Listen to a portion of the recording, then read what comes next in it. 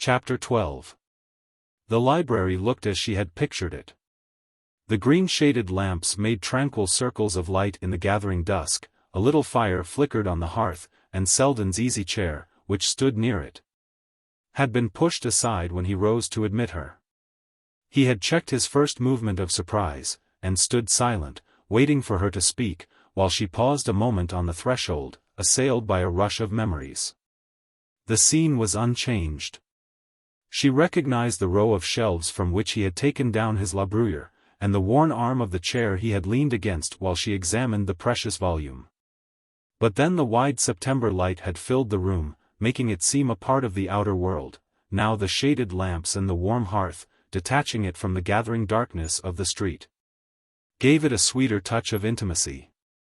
Becoming gradually aware of the surprise under Selden's silence, Lily turned to him and said simply, "I came to tell you that I was sorry for the way we parted, for what I said to you that day at Mrs.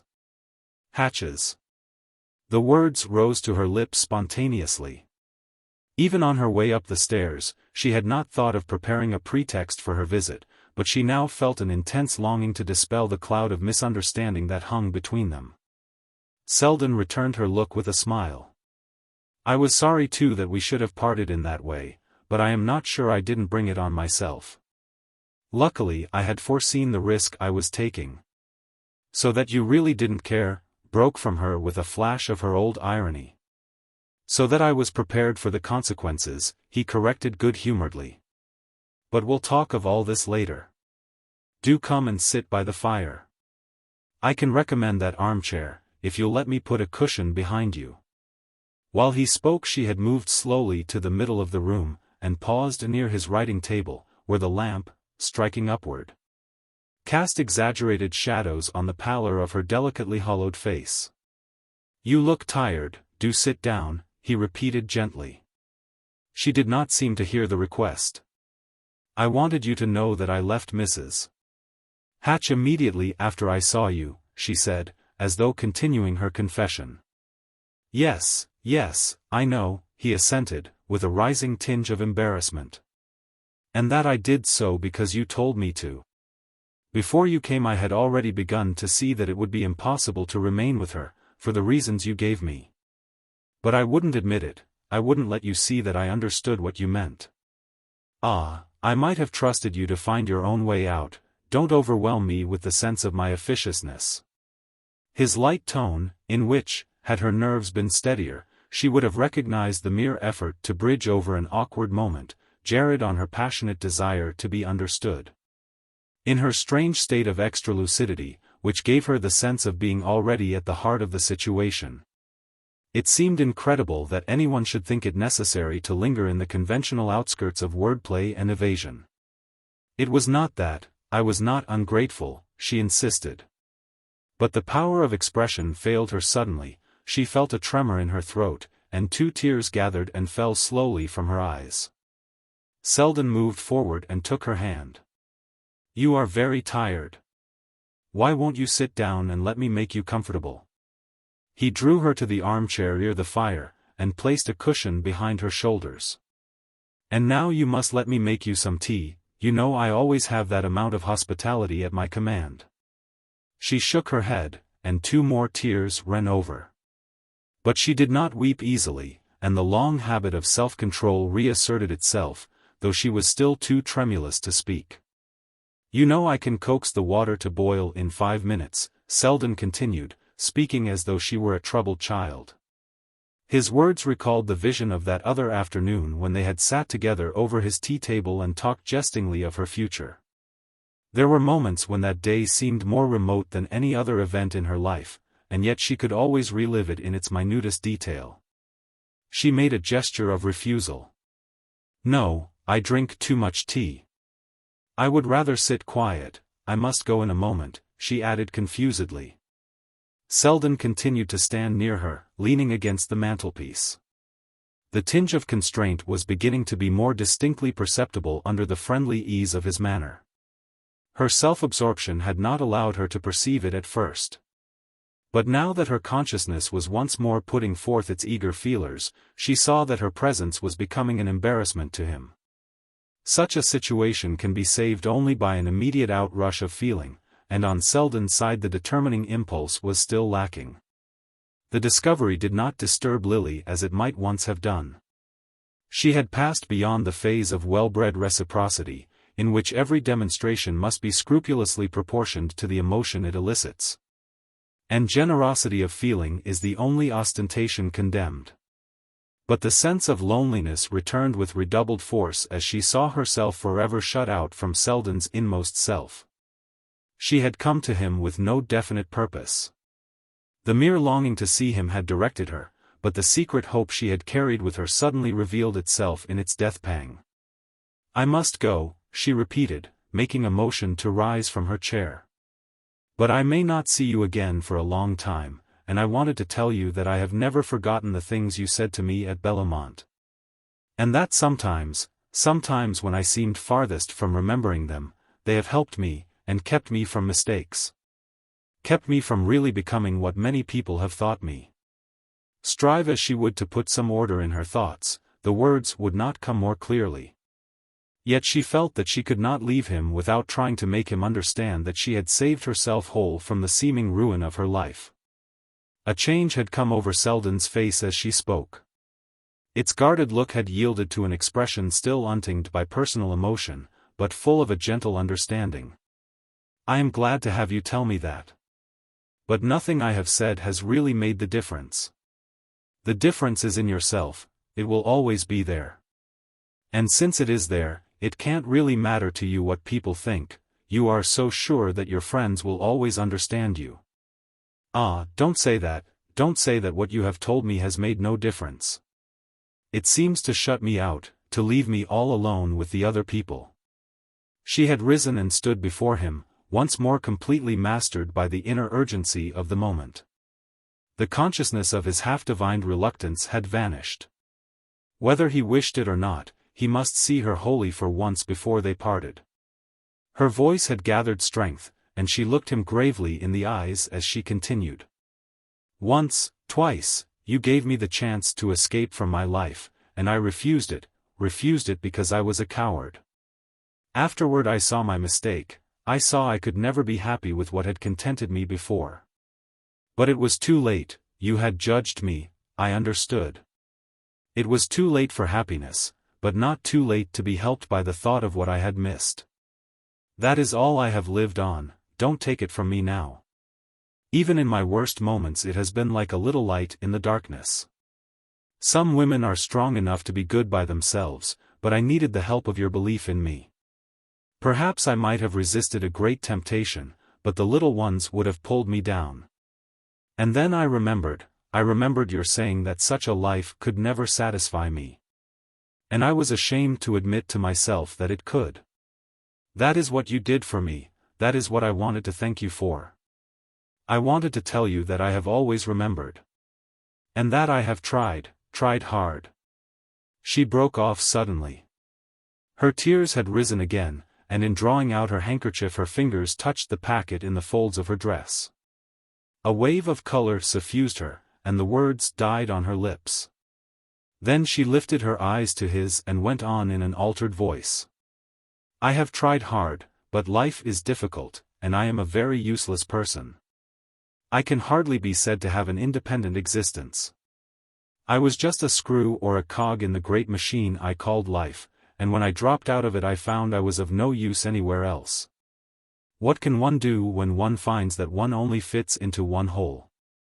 One must get back to it or be thrown out into the rubbish heap, and you don't know what it's like in the rubbish heap." Her lips wavered into a smile. She had been distracted by the whimsical remembrance of the confidences she had made to him, 2 years earlier, in that very room. Then she had been planning to marry Percy Gryce. What was it she was planning now? The blood had risen strongly under Selden's dark skin, but his emotion showed itself only in an added seriousness of manner. "You have something to tell me, do you mean to marry?" he said abruptly. Lily's eyes did not falter, but a look of wonder, of puzzled self-interrogation, formed itself slowly in their depths. In the light of his question, she had paused to ask herself if her decision had really been taken when she entered the room. You always told me I should have to come to it sooner or later," she said with a faint smile. "And you have come to it now?" "I shall have to come to it, presently. But there is something else I must come to first." She paused again, trying to transmit to her voice the steadiness of her recovered smile. "There is someone I must say goodbye to." "Oh, not you, we are sure to see each other again, but the Lily Bart you knew.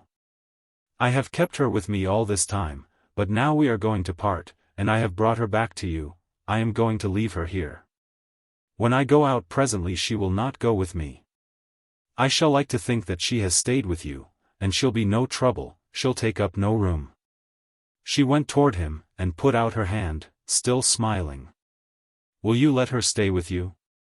she asked. He caught her hand, and she felt in his the vibration of feeling that had not yet risen to his lips. "Lily, can't I help you?" he exclaimed. She looked at him gently. "Do you remember what you said to me once? That you could help me only by loving me? Well, you did love me for a moment, and it helped me. It has always helped me. But the moment is gone, it was I who let it go. And one must go on living. Goodbye."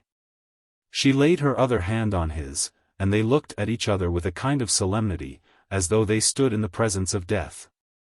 Something in truth lay dead between them, the love she had killed in him and could no longer call to life. But something lived between them also, and leaped up in her like an imperishable flame. It was the love his love had kindled, the passion of her soul for his. In its light everything else dwindled and fell away from her. She understood now that she could not go forth and leave her old self with him. That self must indeed live on in his presence, but it must still continue to be hers.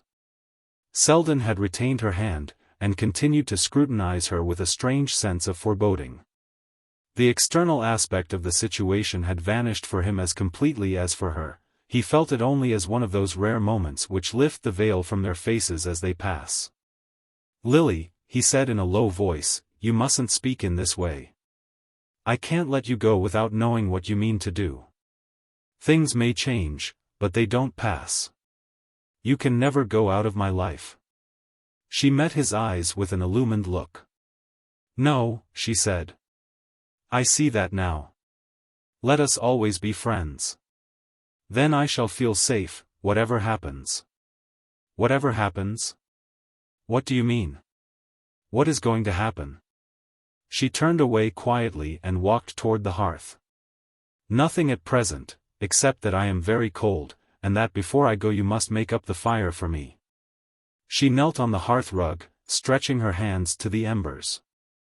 Puzzled by the sudden change in her tone, he mechanically gathered a handful of wood from the basket and tossed it on the fire.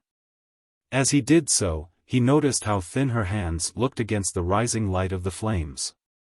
He saw too, under the loose lines of her dress, how the curves of her figure had shrunk to angularity.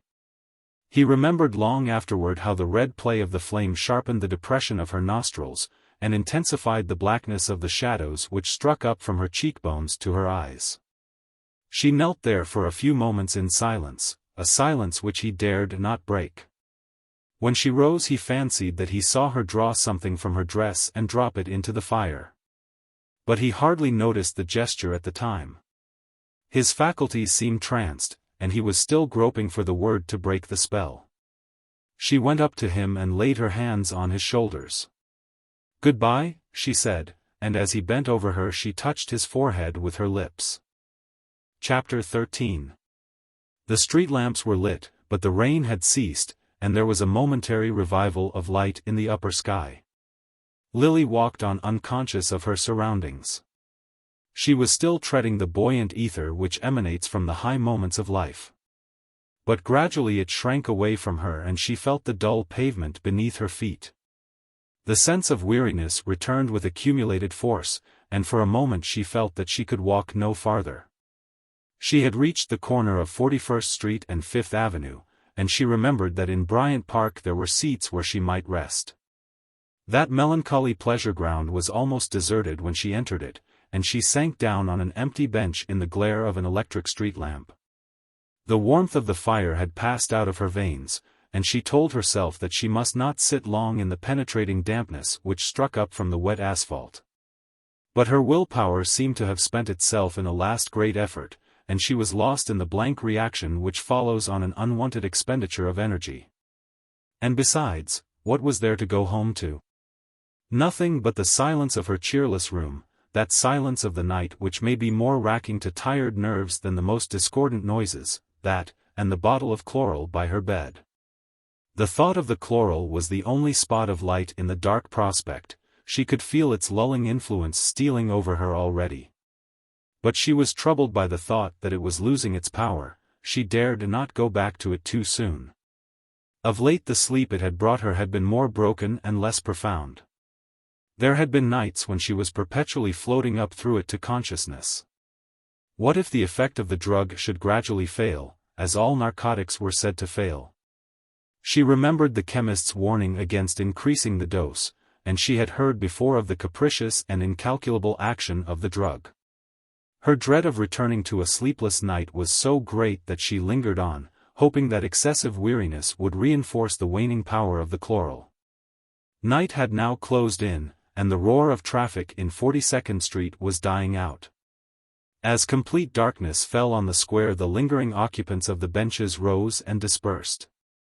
But now and then a stray figure, hurrying homeward, struck across the path where Lily sat, looming black for a moment in the white circle of electric light. One or two of these passers-by slackened their pace to glance curiously at her lonely figure, but she was hardly conscious of their scrutiny. Suddenly, however, she became aware that one of the passing shadows remained stationary between her line of vision and the gleaming asphalt. And raising her eyes she saw a young woman bending over her. "Excuse me, are you sick?" "Why, it's Miss Bart," a half-familiar voice exclaimed. Lily looked up. The speaker was a poorly dressed young woman with a bundle under her arm. Her face had the air of unwholesome refinement which ill health and overwork may produce, but its common prettiness was redeemed by the strong and generous curve of the lips. "You don't remember me," she continued, brightening with the pleasure of recognition, "but I'd know you anywhere, I've thought of you such a lot. I guess my folks all know your name by heart. I was one of the girls at Miss Farish's club. You helped me to go to the country that time I had lung trouble. My name's Nettie Struther." It was Nettie Crane then, but I dare say you don't remember that either. Yes, Lily was beginning to remember. The episode of Nettie Crane's timely rescue from disease had been one of the most satisfying incidents of her connection with Judy's charitable work. She had furnished the girl with the means to go to a sanatorium in the mountains. It struck her now with a peculiar irony that the money she had used had been Gus Trenor's. She tried to reply, to assure the speaker that she had not forgotten, but her voice failed in the effort, and she felt herself sinking under a great wave of physical weakness.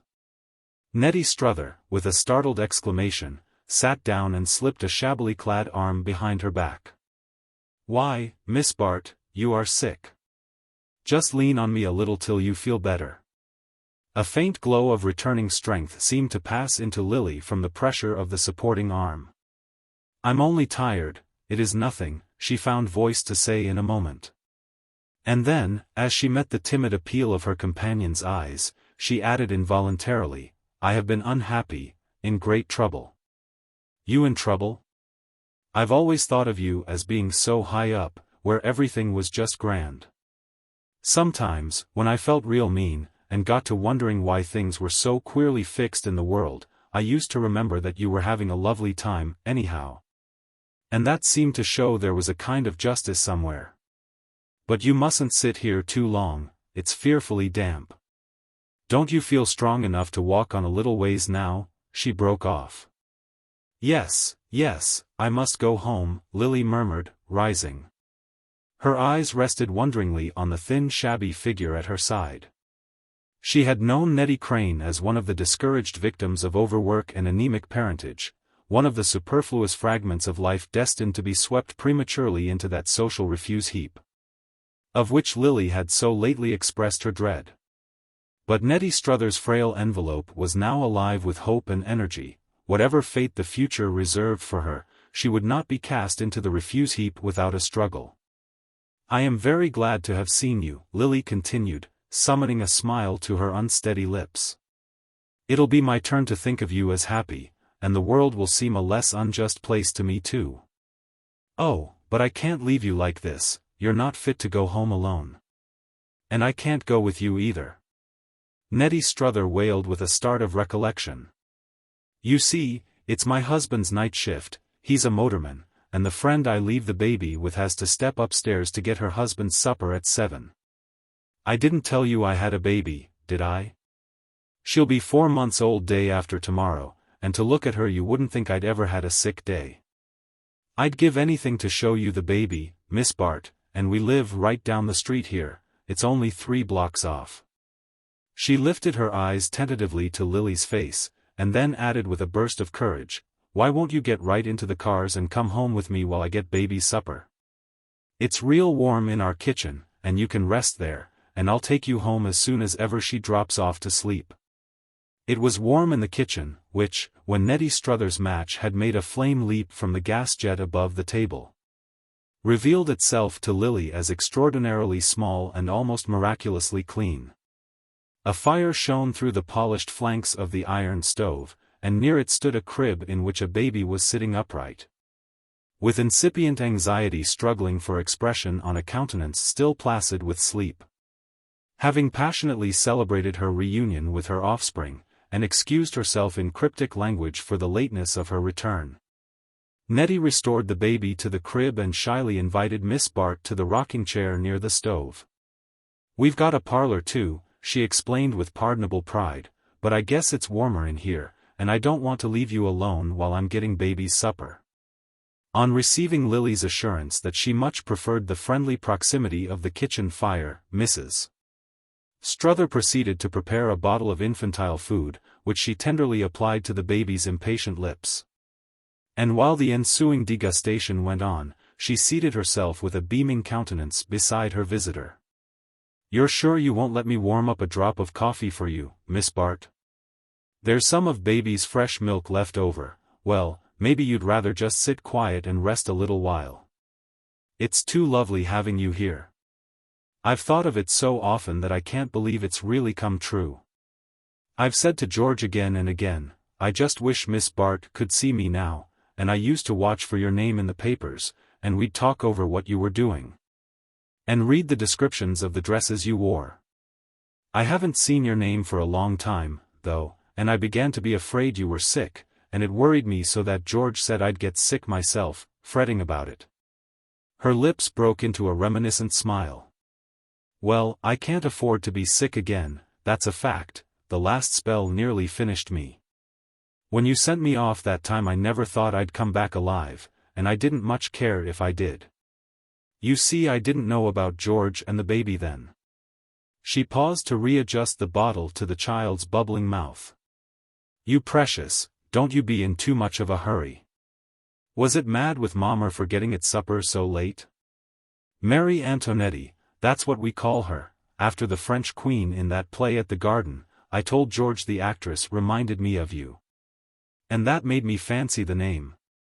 I never thought I'd get married, you know, and I'd never have had the heart to go on working just for myself. She broke off again, and meeting the encouragement in Lily's eyes, went on. With a flush rising under her anemic skin, you see, I wasn't only just sick that time you sent me off, I was dreadfully unhappy too. I'd known a gentleman where I was employed, I don't know as you remember, I did typewriting in a big importing firm, and, well, I thought we were to be married. He'd gone steady with me 6 months and given me his mother's wedding ring. But I presume he was too stylish for me. He traveled for the firm, and had seen a great deal of society. Work girls aren't looked after the way you are, and they don't always know how to look after themselves. I didn't, and it pretty near killed me when he went away and left off writing. It was then I came down sick. I thought it was the end of everything. I guess it would have been if you hadn't sent me off. But when I found I was getting well I began to take heart in spite of myself. And then, when I got back home, George came round and asked me to marry him. At first I thought I couldn't, because we'd been brought up together, and I knew he knew about me. But after a while I began to see that made it easier.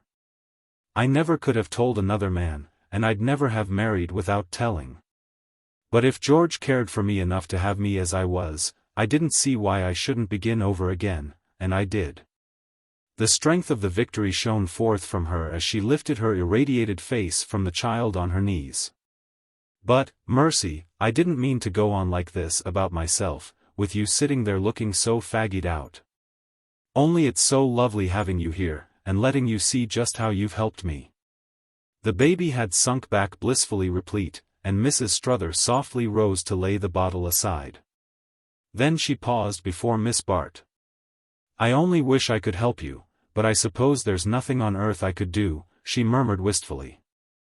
Lily, instead of answering, rose with a smile and held out her arms. And the mother, understanding the gesture, laid her child in them. The baby, feeling herself detached from her habitual anchorage, made an instinctive motion of resistance. But the soothing influences of digestion prevailed, and Lily felt the soft weight sink trustfully against her breast. The child's confidence in its safety thrilled her with a sense of warmth and returning life, and she bent over, wondering at the rosy blur of the little face, the empty clearness of the eyes, the vague tendrily motions of the folding and unfolding fingers. At first the burden in her arms seemed as light as a pink cloud or a heap of down, but as she continued to hold it the weight increased, sinking deeper, and penetrating her with a strange sense of weakness, as though the child entered into her and became a part of herself.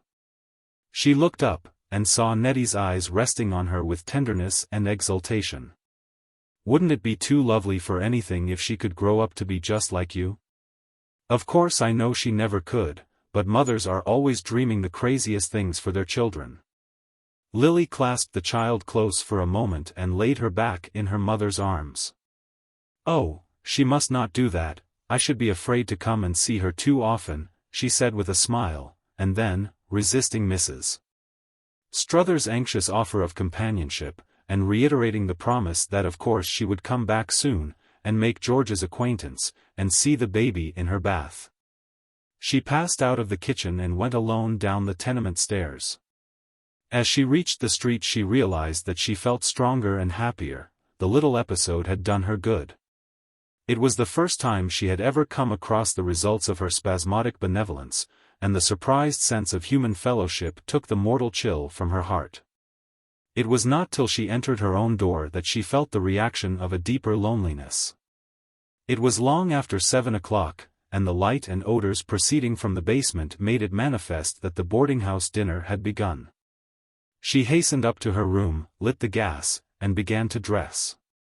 She did not mean to pamper herself any longer, to go without food because her surroundings made it unpalatable. Since it was her fate to live in a boarding-house, she must learn to fall in with the conditions of the life. Nevertheless she was glad that, when she descended to the heat and glare of the dining-room, the repast was nearly over. In her own room again, she was seized with a sudden fever of activity. For weeks past she had been too listless and indifferent to set her possessions in order, but now she began to examine systematically the contents of her drawers and cupboard. She had a few handsome dresses left, survivals of her last phase of splendor, on the Sabrina and in London, but when she had been obliged to part with her maid she had given the woman a generous share of her cast-off apparel. The remaining dresses, though they had lost their freshness, still kept the long unerring lines, the sweep and amplitude of the great artist's stroke. And as she spread them out on the bed the scenes in which they had been worn rose vividly before her. An association lurked in every fold, each fall of lace and gleam of embroidery was like a letter in the record of her past. She was startled to find how the atmosphere of her old life enveloped her. But, after all, it was the life she had been made for, every dawning tendency in her had been carefully directed toward it, all her interests and activities had been taught to center around it. She was like some rare flower grown for exhibition, a flower from which every bud had been nipped except the crowning blossom of her beauty. Last of all, she drew forth from the bottom of her trunk a heap of white drapery which fell shapelessly across her arm. It was the Reynolds dress she had worn in the Bry tableaux. It had been impossible for her to give it away, but she had never seen it since that night, and the long flexible folds, as she shook them out, gave forth an odor of violets which came to her like a breath from the flower-edged fountain where she had stood with Lawrence Selden and disowned her fate. She put back the dresses one by one, laying away with each some gleam of light, some note of laughter, some stray waft from the rosy shores of pleasure. She was still in a state of highly wrought impressionability, and every hint of the past sent a lingering tremor along her nerves. She had just closed her trunk on the white folds of the Reynolds dress when she heard a tap at her door, and the red fist of the Irish maidservant thrust in a belated letter. Carrying it to the light, Lily read with surprise the address stamped on the upper corner of the envelope. It was a business communication from the office of her aunt's executors, and she wondered what unexpected development had caused them to break silence before the appointed time. She opened the envelope and a check fluttered to the floor. As she stooped to pick it up, the blood rushed to her face. The check represented the full amount of Mrs. Peniston's legacy, and the letter accompanying it explained that the executors, having adjusted the business of the estate with less delay than they had expected, had decided to anticipate the date fixed for the payment of the bequests. Lily sat down beside the desk at the foot of her bed, and spreading out the check, read over and over the $10,000 written across it in a steely business hand. 10 months earlier the amount it stood for had represented the depths of penury, but her standard of values had changed in the interval, and now visions of wealth lurked in every flourish of the pen. As she continued to gaze at it, she felt the glitter of the visions mounting to her brain, and after a while she lifted the lid of the desk and slipped the magic formula out of sight. It was easier to think without those 5 figures dancing before her eyes, and she had a great deal of thinking to do before she slept. She opened her checkbook, and plunged into such anxious calculations as had prolonged her vigil at Bellomont on the night when she had decided to marry Percy Gryce. Poverty simplifies bookkeeping, and her financial situation was easier to ascertain than it had been then. But she had not yet learned the control of money, and during her transient phase of luxury at the Emporium she had slipped back into habits of extravagance which still impaired her slender balance. A careful examination of her checkbook, and of the unpaid bills in her desk, showed that, when the latter had been settled, she would have barely enough to live on for the next 3 or 4 months. And even after that, if she were to continue her present way of living, without earning any additional money, all incidental expenses must be reduced to the vanishing point. She hid her eyes with a shudder, beholding herself at the entrance of that ever-narrowing perspective down which she had seen Miss Silverton's dowdy figure take its despondent way. It was no longer, however, from the vision of material poverty that she turned with the greatest shrinking. She had a sense of deeper impoverishment, of an inner destitution compared to which outward conditions dwindled into insignificance. It was indeed miserable to be poor, to look forward to a shabby, anxious middle age, leading by dreary degrees of economy and self-denial to gradual absorption in the dingy communal existence of the boarding-house. But there was something more miserable still. It was the clutch of solitude at her heart, the sense of being swept like a stray uprooted growth down the heedless current of the years. That was the feeling which possessed her now, the feeling of being something rootless and ephemeral, mere spindrift of the whirling surface of existence, without anything to which the poor little tentacles of self could cling before the awful flood submerged them. And as she looked back she saw that there had never been a time when she had had any real relation to life. Her parents too had been rootless, blown hither and thither on every wind of fashion, without any personal existence to shelter them from its shifting gusts. She herself had grown up without any one spot of earth being dearer to her than another. There was no center of early pieties, of grave endearing traditions, to which her heart could revert and from which it could draw strength for itself and tenderness for others. In whatever form a slowly accumulated past lives in the blood, whether in the concrete image of the old house stored with visual memories, or in the conception of the house not built with hands, but made up of inherited passions and loyalties, it has the same power of broadening and deepening the individual existence, of attaching it by mysterious links of kinship to all the mighty sum of human striving. Such a vision of the solidarity of life had never before come to Lily. She had had a premonition of it in the blind motions of her mating instinct. But they had been checked by the disintegrating influences of the life about her. All the men and women she knew were like atoms whirling away from each other in some wild centrifugal dance. Her first glimpse of the continuity of life had come to her that evening in Nettie Struthers's kitchen. The poor little working girl who had found strength to gather up the fragments of her life, and build herself a shelter with them, seemed to Lily to have reached the central truth of existence. It was a meager enough life, on the grim edge of poverty, with scant margin for possibilities of sickness or mischance. But it had the frail audacious permanence of a bird's nest built on the edge of a cliff, a mere wisp of leaves and straw. Yet so put together that the lives entrusted to it may hang safely over the abyss. Yes, but it had taken two to build the nest, the man's faith as well as the woman's courage. Lily remembered Nettie's words, "I knew he knew about me." Her husband's faith in her had made her renewal possible. It is so easy for a woman to become what the man she loves believes her to be. Well, Selden had twice been ready to stake his faith on Lily Bart, but the third trial had been too severe for his endurance. The very quality of his love had made it the more impossible to recall to life. If it had been a simple instinct of the blood, the power of her beauty might have revived it. But the fact that it struck deeper, that it was inextricably wound up with inherited habits of thought and feeling, made it as impossible to restore to growth as a deep-rooted plant torn from its bed. Selden had given her of his best, but he was as incapable as herself of an uncritical return to former states of feeling. There remained to her, as she had told him, the uplifting memory of his faith in her, but she had not reached the age when a woman can live on her memories.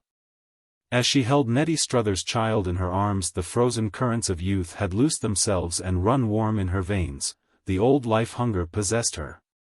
And all her being clamored for its share of personal happiness. Yes, it was happiness she still wanted, and the glimpse she had caught of it made everything else of no account. One by one she had detached herself from the baser possibilities, and she saw that nothing now remained to her but the emptiness of renunciation. It was growing late, and an immense weariness once more possessed her. It was not the stealing sense of sleep, but a vivid wakeful fatigue, a wan lucidity of mind against which all the possibilities of the future were shadowed forth gigantically.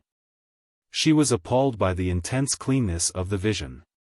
She seemed to have broken through the merciful veil which intervenes between intention and action, and to see exactly what she would do in all the long days to come.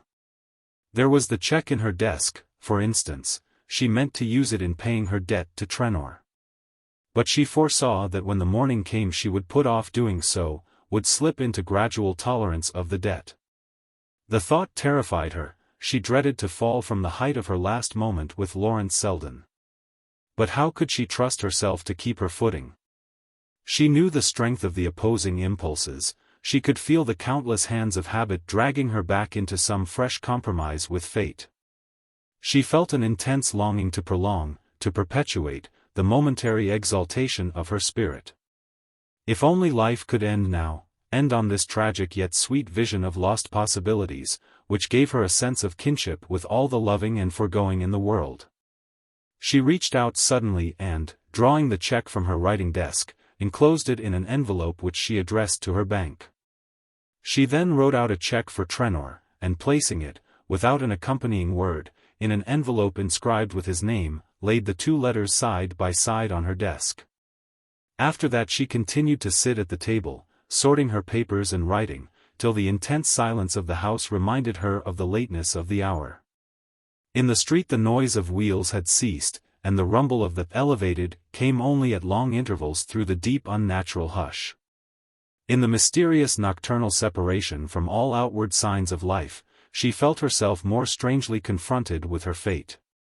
The sensation made her brain reel, and she tried to shut out consciousness by pressing her hands against her eyes.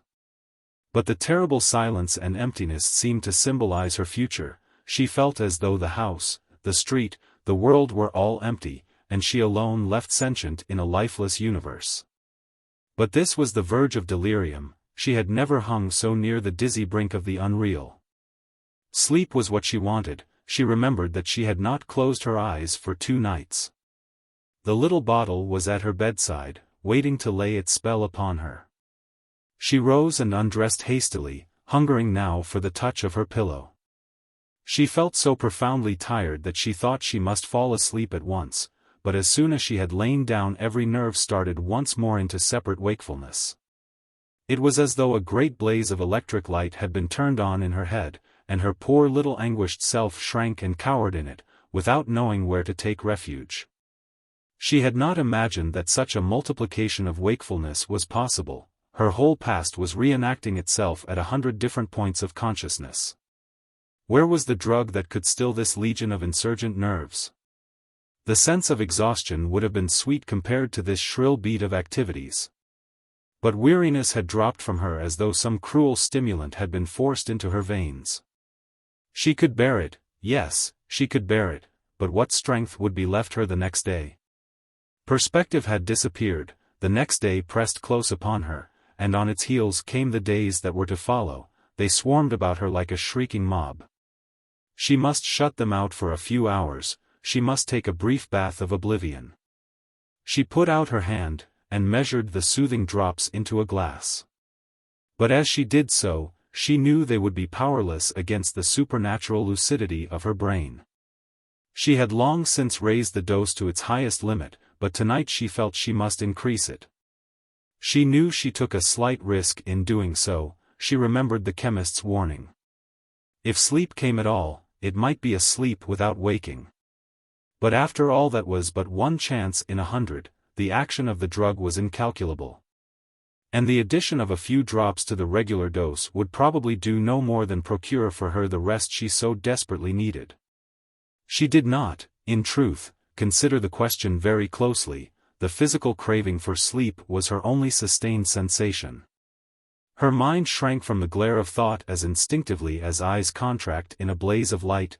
Darkness was what she must have at any cost. She raised herself in bed and swallowed the contents of the glass, then she blew out her candle and lay down. She lay very still, waiting with a sensuous pleasure for the first effects of the soporific. She knew in advance what form they would take, the gradual cessation of the inner throb, the soft approach of passiveness, as though an invisible hand made magic passes over her in the darkness. The very slowness and hesitancy of the effect increased its fascination. It was delicious to lean over and look down into the dim abysses of unconsciousness. Tonight the drug seemed to work more slowly than usual, each passionate pulse had to be stilled in turn, and it was long before she felt them dropping into abeyance. Like sentinels falling asleep at their posts. But gradually the sense of complete subjugation came over her, and she wondered languidly what had made her feel so uneasy and excited. She saw now that there was nothing to be excited about. She had returned to her normal view of life. Tomorrow would not be so difficult after all. She felt sure that she would have the strength to meet it. She did not quite remember what it was that she had been afraid to meet, but the uncertainty no longer troubled her. She had been unhappy, and now she was happy. She had felt herself alone, and now the sense of loneliness had vanished. She stirred once, and turned on her side, and as she did so, she suddenly understood why she did not feel herself alone. It was odd, but Nettie Struthers' child was lying on her arm. She felt the pressure of its little head against her shoulder. She did not know how it had come there, but she felt no great surprise at the fact, only a gentle penetrating thrill of warmth and pleasure. She settled herself into an easier position, hollowing her arm to pillow the round downy head, and holding her breath lest a sound should disturb the sleeping child. As she lay there she said to herself that there was something she must tell Selden, some word she had found that should make life clear between them. She tried to repeat the word, which lingered vague and luminous on the far edge of thought. She was afraid of not remembering it when she woke. And if she could only remember it and say it to him, she felt that everything would be well. Slowly the thought of the word faded, and sleep began to enfold her. She struggled faintly against it, feeling that she ought to keep awake on account of the baby. But even this feeling was gradually lost in an indistinct sense of drowsy peace, through which, of a sudden, a dark flash of loneliness and terror tore its way. She started up again, cold and trembling with the shock. For a moment she seemed to have lost her hold of the child. But no, she was mistaken. The tender pressure of its body was still close to hers, the recovered warmth flowed through her once more, she yielded to it, sank into it, and slept. Chapter 14. The next morning rose mild and bright, with a promise of summer in the air. The sunlight slanted joyously down Lily Street, mellowed the blistered house front, gilded the paintless railings of the doorstep, and struck prismatic glories from the panes of her darkened window. When such a day coincides with the inner mood there is intoxication in its breath. And Selden, hastening along the street through the squalor of its morning confidences, felt himself thrilling with a youthful sense of adventure. He had cut loose from the familiar shores of habit, and launched himself on uncharted seas of emotion. All the old tests and measures were left behind, and his course was to be shaped by new stars. That course, for the moment, led merely to Miss Bart's boarding house, but its shabby doorstep had suddenly become the threshold of the untried. As he approached he looked up at the triple row of windows, wondering boyishly which one of them was hers. It was 9 o'clock, and the house, being tenanted by workers, already showed an awakened front to the street. He remembered afterward having noticed that only one blind was down. He noticed too that there was a pot of pansies on one of the window sills. And at once concluded that the window must be hers. It was inevitable that he should connect her with the one touch of beauty in the dingy scene. 9 o'clock was an early hour for a visit, but Selden had passed beyond all such conventional observances. He only knew that he must see Lily Bart at once. He had found the word he meant to say to her, and it could not wait another moment to be said. It was strange that it had not come to his lips sooner, that he had let her pass from him the evening before without being able to speak it. But what did that matter, now that a new day had come?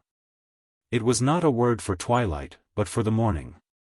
Selden ran eagerly up the steps and pulled the bell. And even in his state of self-absorption it came as a sharp surprise to him that the door should open so promptly. It was still more of a surprise to see, as he entered, that it had been opened by Judy Farish, and that behind her, in an agitated blur, several other figures ominously loomed. "Lawrence!" Judy cried in a strange voice, "How could you get here so quickly?" And the trembling hand she laid on him seemed instantly to close about his heart. He noticed the other faces, vague with fear and conjecture. He saw the landlady's imposing bulk sway professionally toward him.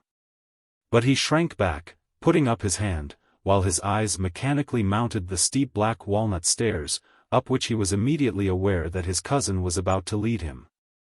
A voice in the background said that the doctor might be back at any minute, and that nothing, upstairs, was to be disturbed. Someone else exclaimed, "It was the greatest mercy." Then Selden felt that Judy had taken him gently by the hand, and that they were to be suffered to go up alone. In silence they mounted the 3 flights, and walked along the passage to a closed door. Judy opened the door, and Selden went in after her.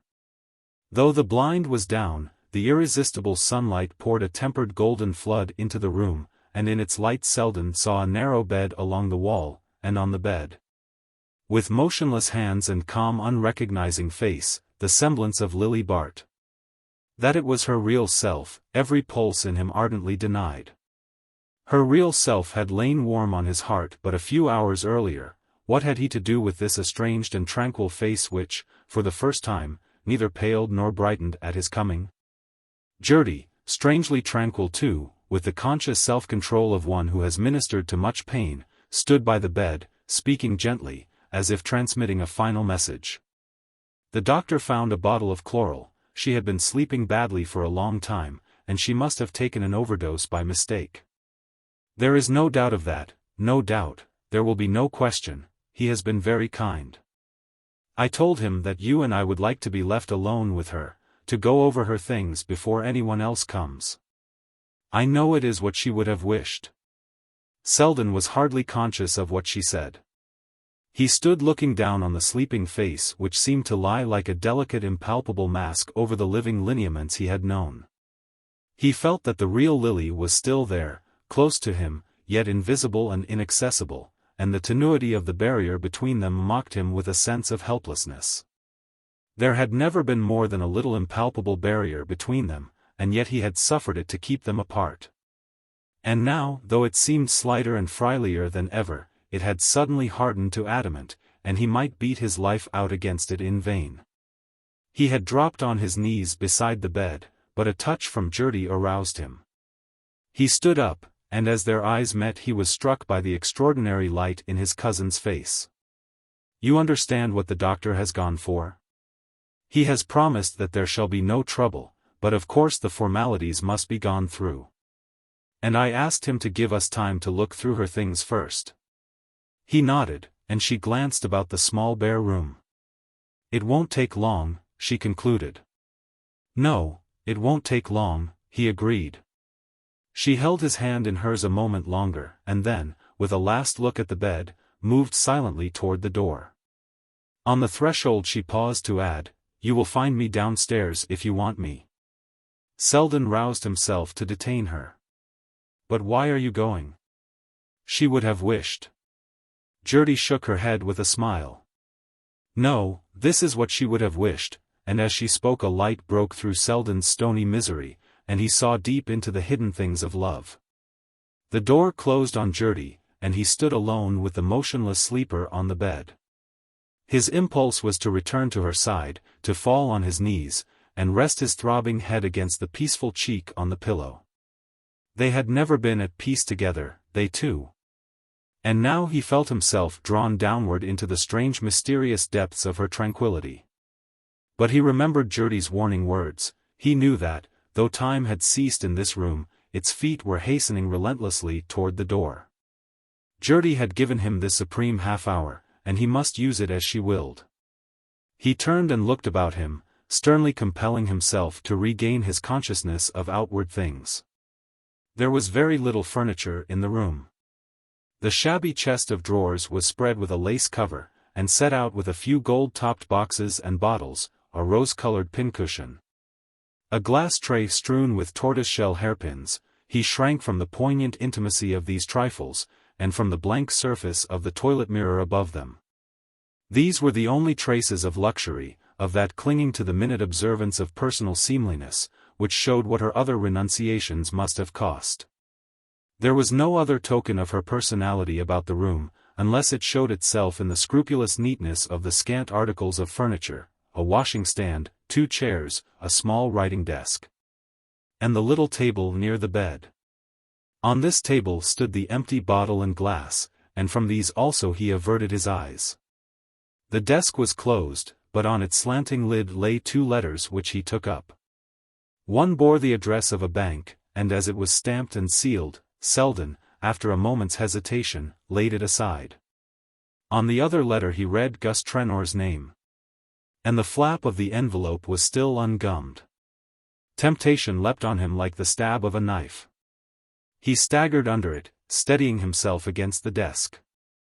Why had she been writing to Trenor, writing, presumably, just after their parting of the previous evening? The thought unhallowed the memory of that last hour, made a mock of the word he had come to speak, and defiled even the reconciling silence upon which it fell. He felt himself flung back on all the ugly uncertainties from which he thought he had cast loose forever. After all, what did he know of her life? Only as much as she had chosen to show him, and measured by the world's estimate, how little that was. By what right, the letter in his hand seemed to ask, by what right was it he who now passed into her confidence through the gate which death had left unbarred? His heart cried out that it was by right of their last hour together, the hour when she herself had placed the key in his hand. Yes, but what if the letter to Trenor had been written afterward? He put it from him with sudden loathing, and setting his lips, addressed himself resolutely to what remained of his task. After all, that task would be easier to perform, now that his personal stake in it was annulled. He raised the lid of the desk, and saw within it a checkbook and a few packets of bills and letters, arranged with the orderly precision which characterized all her personal habits. He looked through the letters first, because it was the most difficult part of the work. They proved to be few and unimportant, but among them he found, with a strange commotion of the heart, the note he had written her the day after the Briss entertainment. "When may I come to you?" His words overwhelmed him with a realization of the cowardice which had driven him from her at the very moment of attainment. Yes, he had always feared his fate, and he was too honest to disown his cowardice now, for had not all his old doubts started to life again at the mere sight of Trenor's name?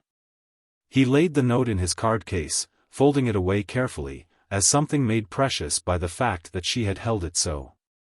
Then, growing once more aware of the lapse of time, he continued his examination of the papers. To his surprise, he found that all the bills were receipted. There was not an unpaid account among them. He opened the checkbook, and saw that, the very night before, a check of $10,000 from Mrs. Peniston's executors had been entered in it. The legacy, then, had been paid sooner than Judy had led him to expect. But, turning another page or two, he discovered with astonishment that, in spite of this recent accession of funds, the balance had already declined to a few dollars.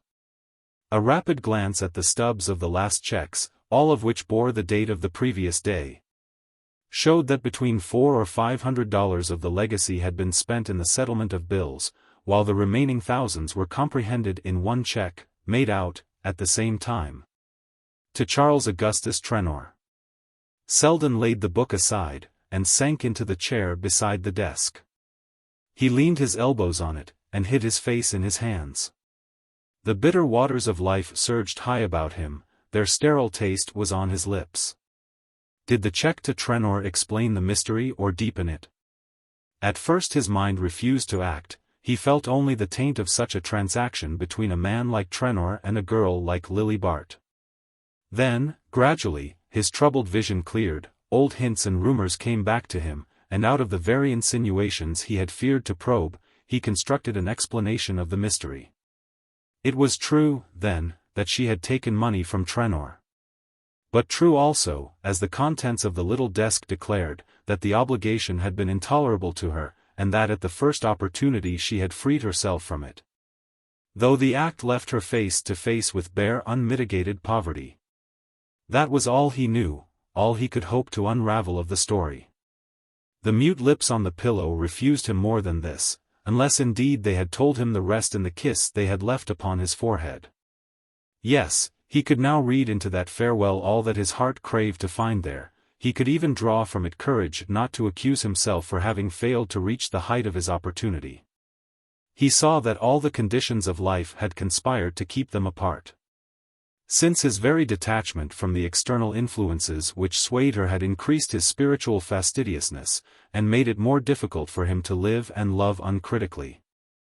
But at least he had loved her, had been willing to stake his future on his faith in her, and if the moment had been fated to pass from them before they could seize it, he saw now that, for both, it had been saved whole out of the ruin of their lives. It was this moment of love, this fleeting victory over themselves, which had kept them from atrophy and extinction. Which, in her, had reached out to him in every struggle against the influence of her surroundings, and in him, had kept alive the faith that now drew him penitent and reconciled to her side. He knelt by the bed and bent over her, draining their last moment to its lees, and in the silence there passed between them the word which made all clear.